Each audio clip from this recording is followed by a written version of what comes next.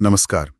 आज हम पुणे में हुई एक काफ़ी परेशान करने वाली घटना पर बात करेंगे। हमारे पास कई रिपोर्ट्स हैं इससे जुड़ी हुई और हमारी कोशिश रहेगी कि इन रिपोर्ट्स के ज़रिए समझें कि हुआ क्या, जांच कहाँ तक पहुंची है और इसका समाज पर क्या असर पड़ रहा है। तो चलिए शुरू करते हैं। सबसे पहले ये घटना आखिर थी क्या, कब हुई, कहाँ हुई? जी, ये घटना हुई 2 जुलाई की शाम को करीब 7:30 बजे का वक्त था। पुणे का कोंडवा इलाका है, वहाँ एक रेसिडेंशियल सोसाइटी में जो पीड़िता हैं, वो एक 22 साल की युवा आईटी प्रोफेशनल है, डेटा साइंटिस्ट, और उस वक्त वो घर पर अकेली थी। अकेली थी? अच्छा। और ये जो अपराधी था वो घर में घुसा कैसे? ये है मैं। बिल्कुल, यहीं से मतलब सुरक्षा का सवाल उठता है। उसने बहाना बनाया कि वो कुरियर डिलीवरी वाला है। पहले कहा कि एक लिफाफा देना है, फिर पेन मांगा। पेन मांगा? अच्छा। हाँ। और जैसे ही वो लड़की पेन लेने अंदर मुड़ी, उसने कथित तौर पर दरवाजा अंदर से बंद कर लिया और फिर हमला किया। ओह, ये तो बहुत ही डरावनी बात है। और कुछ रिपोर्ट्स में ये भी आ रहा है कि शायद कोई केमिकल स्प्रे या ऐसी कोई चीज इस्तेमाल हुई। हाँ, ये बात भी सामने आई है। शक है कि उसने पीड़िता को काबू में करने के लिए किसी केमिकल स्प्रे या शायद किसी नशीली चीज का इस्तेमाल किया होगा, क्योंकि बताया जा रहा है कि पीड़िता करीब 1 घंटे बाद होश में आई। 1 घंटे बाद? और इसके बाद जो हुआ वो तो शायद और भी ज्यादा चौंकाने वाला है।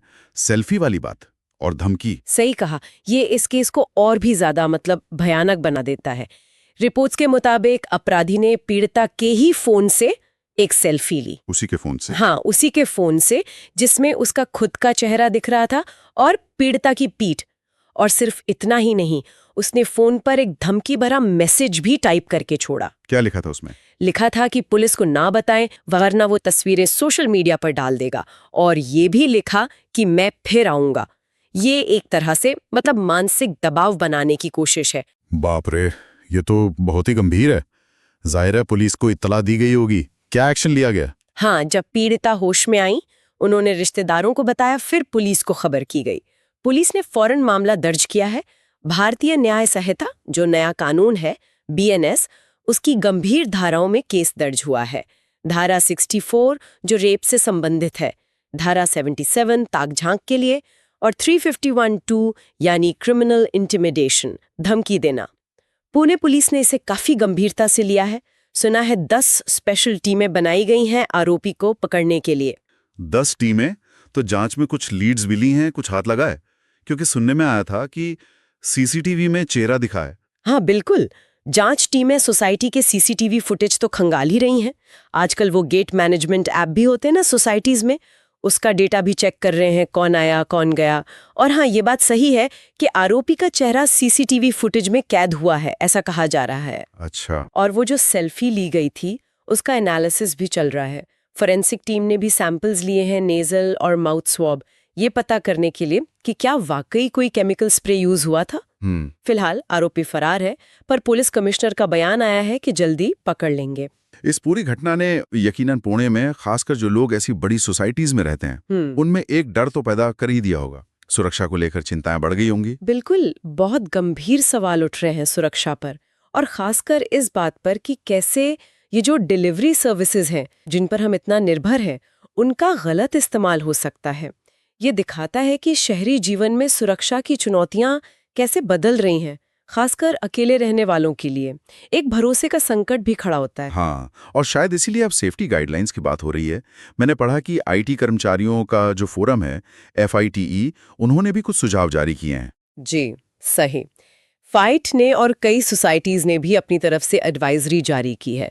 सुझाव दिए जा रहे हैं कि दरवाजों पर सेफ्टी डोर या वो जाली वाला दरवाजा लगवाएं, डोरबेल कैमरे लगवाएं। अगर अकेले हैं तो डिलीवरी गेट से या लॉबी से ही कलेक्ट करें, और डिलीवरी पर्सन से OTP जरूर पूछें अगर ऐप बेस्ड डिलीवरी है तो। ये सारे कदम बेसिकली इसी घटना से सबक लेकर उठाए जा रहे हैं। कुछ लोग पुलिस की शुरुआती कार्रवाई से थोड़ी नाखुश भी दिखे हैं। उनका कहना है कि शायद थोड़ी ढिलाई हुई। ये सारी प्रतिक्रियाएं, ये गाइडलाइंस, ये दिखाती हैं कि कम्युनिटी इस मुद्दे को कितनी गंभीरता से ले रही है। लोग अब निवारक उपायों पर सोच रहे हैं। निश्चित रूप से। देखिए, ये सिर्फ एक अपराध की घटना नहीं है, ये हमें कई चीज़ों पर सोचने को मजबूर करती हैं। हमारी व्यक्तिगत सुरक्षा, खासकर अकेली रहने वाली महिलाओं की सुरक्षा, शहरों में हम अजनबियों पर कितना भरोसा कर सकते हैं, और ये जो तकनीक और बाहरी सेवाओं पर हमारी निर्भरता बढ़ रही है, इसके क्या मायने हैं। सही कहा।